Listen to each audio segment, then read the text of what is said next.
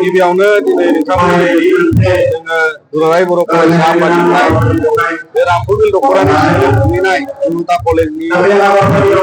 लोगो नांनानै बिथांमोना गोदान बर' फरायसाफोरखौ लानानै बेवहाय बरायनायनि हाबाफारि खुंदों आरो बेयो गोसारसिन गेजेरजों गासै फरायसाफोरा बेवहाय बाहागो लानानै मोनसे हाबाफारि सोलिदों आरो बेनि गेजेरजों बेखौनो खावलायनो लुबैगोन जे दिनैनि गासै जोंनि गोदान फरायसा जायफोरा जुमुता कलेजाव फरायफैबाय बे ओनसोलजों लोगोसे गुबुन गुबुन जायगानिफ्राय फरायफैयो दा बेबायदि दिनै जोङो गोग्गो आरो गुन गोनां सोलोंथाइ लानानै इयुनाव गावखौ खालामनो थाखाय जोंनो बेबायदि मोनसे फसंथाननि गोनांथि जाहैबाय दिनै बेवहाय गोबां फरायसाफ्रा हायार सेकेन्डारि 11 12जों लोगोसे डिग्री आरो बर'आवहाय बेवहाय फरायनो मुं थिसनफैयो दा बिथांमोनखौ जोङो गाहाम हामलायथि बावनायजों लोगोसे जाहाथे गुन गोनां सोलोंथाइ लालांनो हायो बेखौ जोङो दुलाराय बर' फरायसा आफादनिफ्राय बरायबाय आरो बेजों लोगोसे जोङो बेखायनो जोंनि गुन गोनां सोलोंथाइनि जे जावरिखांनायनि जे हाबाफारि बिनि गेजेरजों बिथांमोनखौ जोङो मोनसे गोथों लामा लाजानायखौ जों हास्थायगोन बर' माहारिया दाबो गोबां दावगानांगौ दं गुबुन जों सोरजिनायाव गोबां आयदा खान्थिजों जोंहा गियान लानांगौनि मोनसे सुबिदा दिनैहाय इउनिभार्सिटि कलेज CIT जों लोगोसे बिदिसा engineering college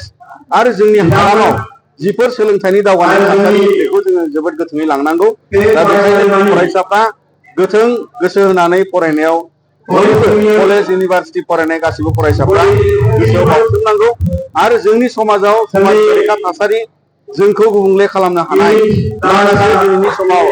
anti social element जे जोनोम मोनदों बेखौ एरायनानै थांनो थाखाय साफ्रोम फरायसाया साखा-फारा जानांगौ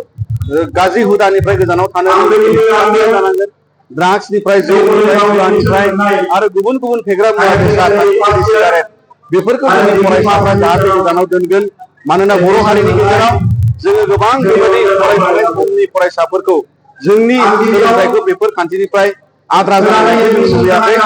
बयबो गोग्गो सोलोंथाइ लानानै राफोद समाज दानांगौ बर'आ दावगालांनांगौ गेरेमसा बर' माहारि दानाय बड'फा उपेन्द्रनाथ ब्रह्मनि बोसोनजों लाबोनांगौ रांखान्थि फेहेरनांगौ समाज दानांगौ दा बिनि थाखाय बयबो फरायसाफ्रा जाहाथे गोसो गुदुङै दावगालांनो हायो फरायसा आफादनिफ्राय गासिबो फरायसाजों लोगोसे गुबुन गुबुन कलेजाव फरायनाय फरायसाफोरखौबो जोङो दुलाराय बर' फरायसा आफादनिफ्राय गाहाम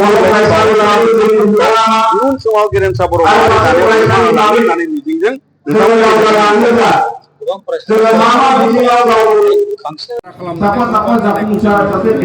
बे ड्रप आउट जालांनाया जोंनि गेजेरनिफ्राय बियो गैया जायोब्ला मोजां